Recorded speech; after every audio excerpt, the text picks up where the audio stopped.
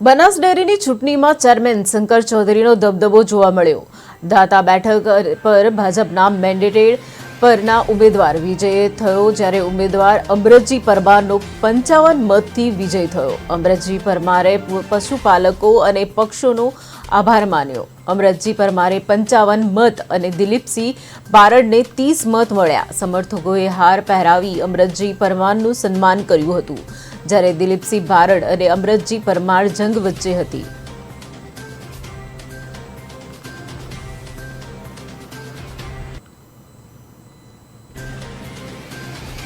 सहकारी दूध उत्पादक संघ लिमिटेड पालनपुर व्यवस्थापक समिति चूंटणी 2025 कुल मतदार मंडल 16 था, ते पैकी 15 बिनहरीफ थयेला।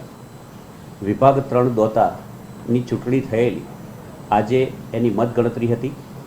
कुल मतो 85 हता, ते पैकी दिलीपसिंह अनारसिंह बारडने 30 मत मळे छे अने अमरतजी रामाजी परमारने 55 मत मळे छे। એટલે અમરતજી રામાજી પરમારને વિજેતા જાહેર કરવામાં। જે રીતે ચૂંટણી રસાકસી ભરી રહી, આપના કેટલા મતે જીત થઈ છે અને જીતનો શ્રેય કોને આપો છો?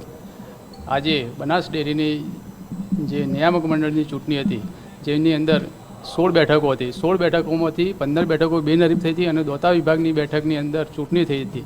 જે આજે મતદાન ગણતરી હતી, તો એમાંથી અમને 55 મત મળ્યા હતા અને સામાવાળાને 30 મત મળ્યા હતા।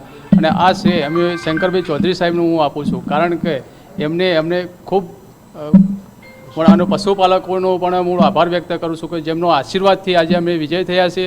અને બનાસ ડેરીની ચૂંટણીમાં જે અમે વિજય બન્યા છે, તો પશુપાલકનું હિતના કામ सहकारी दूध उत्पादक संघ लिमिटेड